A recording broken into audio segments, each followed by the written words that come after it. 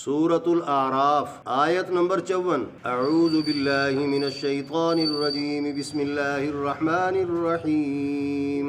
ان ربکم اللہ الذی خلق السماوات والارض فی 6 ایام ثم استوى على العرش يغشي الليل النهار يطلبه حثيثا والشمس والقمر والنجوم مسخرات بأمره ألا له الخلق والأمر تبارك الله رب العالمین. اس کا لفظی ترجمہ بنے گا ان ربکم اللہ، بے شک رب تمہارا اللہ ہے، الذی وہ جس نے خلق السماوات والارض پیدا کیا ہے آسمانوں اور زمین کو، فی 6 ایام 6 دنوں میں، ثم پھر استوا متمکن ہوا وہ کون؟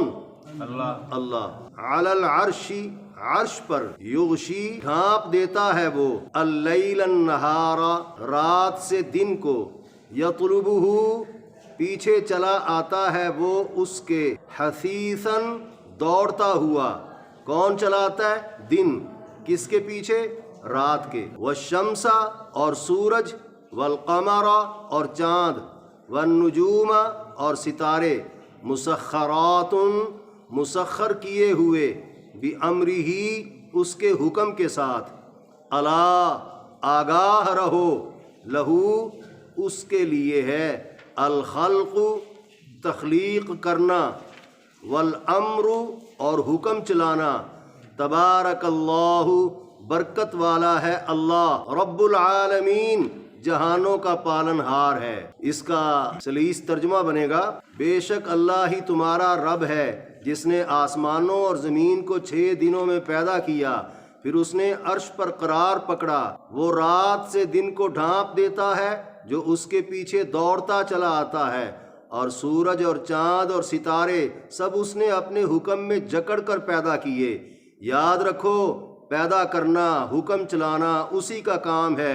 اللہ بڑی برکتوں والا جہانوں کا پروردگار ہے. اس کی تشریح کچھ اس طرح ہے، یعنی انسان کدھر بھٹک رہے ہیں؟ کیوں اپنے رب کو نہیں پہچان رہے؟ کیوں اس کی باتیں نہیں مان رہے؟ کیا ہو گیا؟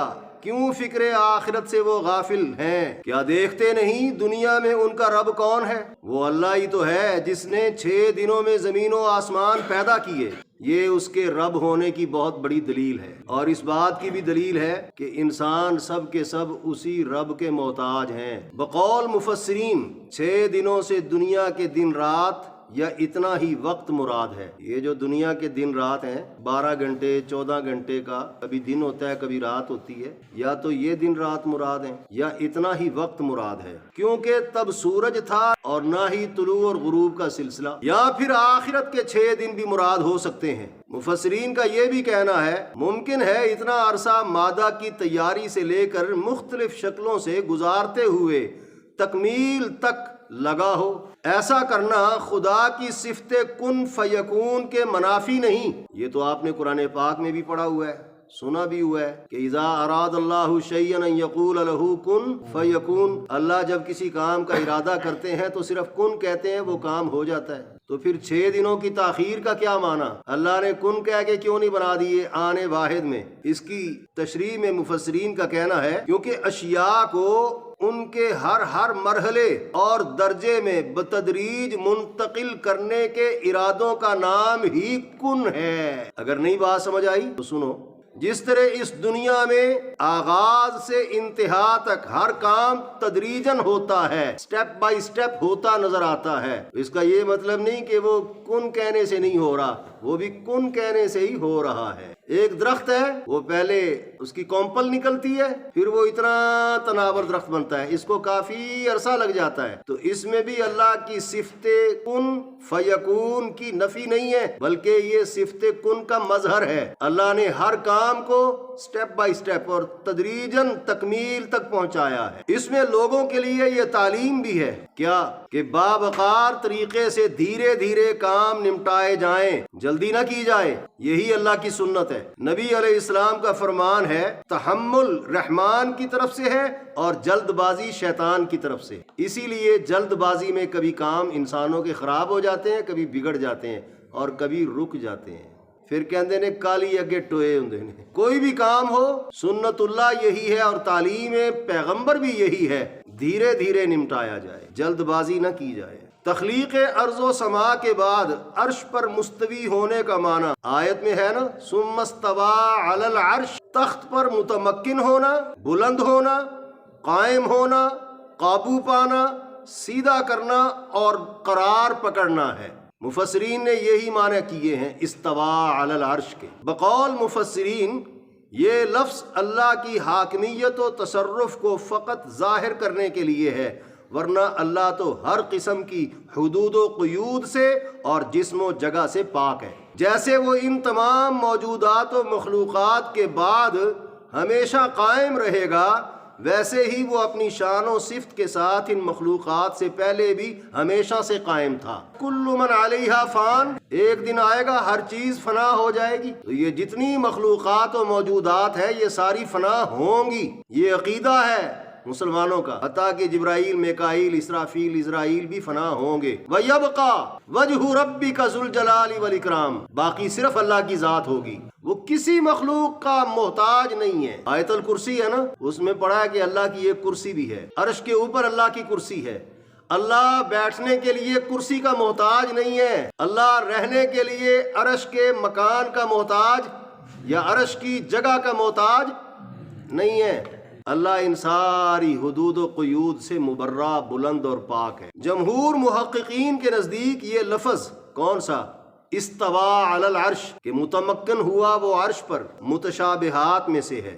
متشابہات سمجھتے ہیں نا، متشابہات کہتے ہیں نہ سمجھ آنے والا، جس کی حقیقت کو اللہ کے علاوہ کوئی نہیں جانتا، لہذا اس بات کی کھود کرید میں پڑنا عقلاً محال ہے۔ بس ایمان لانا ہوگا کہ بغیر کسی تمثیل کے جو بھی اس کے لائق شان ہے اسی کے مطابق اس نے عرش بالا سے، جو کہ تجلیات الہیہ کا مرکز ہے، کائنات فلکی و ارضی میں کاموں کی تدبیریں کرنا جاری رکھی۔ یہی معنی ہے اس کا بھی، قرار پکڑنا، متمکن ہونا، بلند ہونا۔ کہتے ہیں نا آسمانوں سے فیصلے اترتے ہیں، اللہ کدھر ہے؟ اوپر۔ یہ اس کی بلند مرتبت یا اس کی شان بالا کی طرف اشارہ، تصور ہے کہ وہ سب سے اونچا ہے، هو المتعال، وہ بہت بلند ہے، اس لیے نسبت اوپر کر دی جاتی ہے۔ اللہ کدھر ہے؟ اوپر ہے، ورنہ یہ بھی حقیقت نہیں ہے، مجازن کہا جاتا ہے، اللہ ہر جگہ ہے، تو یہ اس کی شان کے لائق ہے۔ قرآن کی ایک اور آیت میں ثم استوى علی العرش کے بعد لفظ ہے یدبر الامر، اس میں اشارہ اسی طرف ہے۔ اللہ کی انہی تدبیروں کے تحت رات کا دن کو چھپا لینا اور پھر دن کا رات کے پیچھے دوڑتے ہوئے آ کر رات کو ختم کر دینا ہے۔ آیت کے مفہوم میں اس کا الٹ بھی مراد ہو سکتا ہے کہ رات نے دن کو ختم کر دیا یا دن نے رات کو ختم کر دیا، ایک ہی بات ہے۔ اگرچہ بظاہر یہ سورج کی گردش سے ہے، کیا یہ دن کا رات کو چھپا لینا، رات کا دن کو ختم کر لینا، لیکن سورج اور چاند سمیت ستاروں اور سیاروں کی گردش خواہ مخواہ ہرگز نہیں، بلکہ سب اپنی اپنی پیدائش سے ہی خدا کے پیدا کردہ نظام میں جکڑے ہوئے اور اللہ کے تابع فرمان ہیں۔ اور کیوں نہ ہو، جبکہ چیزوں کو سرے سے پیدا کرنے اور ان پر اپنی مرضی منشا نافذ کرنے والا خدا کے علاوہ اور کوئی ہے ہی نہیں۔ بقول مفسرین آگاہ رہو، جب مخلوق اس کی ہے تو پھر حکم بھی اسی کا چلے گا۔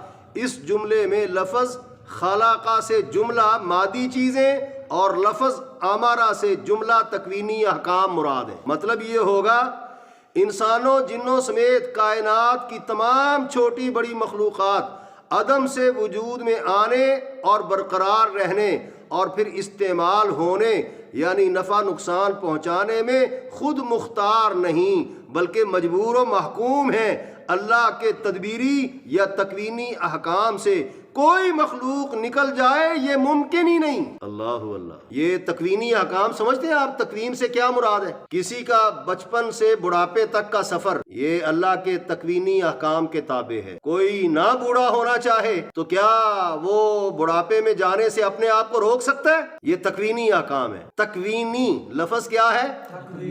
تکوینی، یہ تکوینی احکام ہے اللہ کے۔ تکوینی احکام کبھی معطل نہیں ہوئے، کبھی مؤخر نہیں ہوئے، وہ ہمیشہ نافذ رہتے ہیں۔ اور کافر و مسلم دونوں پہ، کائنات کی ہر چیز پہ تکوینی احکام سے کبھی کوئی مخلوق نکل نہیں سکی۔ یہ جو ہمیں چوٹیں لگتی ہیں، حادثات ہوتے ہیں، دکھ پہنچتے ہیں، یہ جو فوتیدگیاں ہوتی ہیں، میتیں اٹھتی ہیں، یہ سب تکوینی احکام ہیں۔ کوئی کتنا بھاگنا چاہے بھاگ لے، وہ اللہ کے تکوینی امر سے روپوش نہیں ہو سکتا۔ پوری کائنات اللہ کے تکوینی احکام کے تابع ہے۔ البتہ تکوینی احکام کے برابر میں اللہ کے کچھ تشریعی احکام بھی ہیں۔ تشریعی یہ کون سے احکام ہیں؟ یہ جو قرآن پاک میں دیے گئے ہیں کہ یہ کر لو، یہ کر لو، یہ کر لو، جن حکموں میں بندوں کو اختیار دیا گیا ہے کہ یہ کر لو، نماز پڑھ لو، جہاد کر لو، روزہ رکھ لو، صدقہ دے لو، کسی کی عزت کر لو، احترام کر لو، مہمان نوازی کر لو،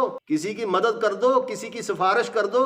تشریعی احکام میں جن و انس کو عمل اور ارادے کی آزادی دے دی گئی ہے۔ کوشش کرو، نیت کرو، کسی نے کوئی بھی کام کرنا ہو وہ نیت کرے، ارادہ کرے، کوشش کرے۔ یہ ارادے اور کوشش کی آزادی تشریعی احکام میں دی گئی ہے۔ ایک بات عرض کروں، ہوگا پھر بھی وہی جو اللہ چاہے گا۔ ہم صرف نیت کرنے اور کوشش کرنے کا اللہ سے صلہ لیں گے، دنیا اور آخرت میں۔ دنیا میں بھی ہم جو روٹی روزی کما رہے ہیں نا، نیت کرتے ہیں، کوشش کرتے ہیں، وہ روٹی دے دے تو اس کی مہربانی ہے، نہ دے تو بھی اس کی مہربانی ہے۔ مالی دا کام میں باغ نو پانی لانا، مالک دا کام میں پھل لاوے تے پاویں نہ لاوے۔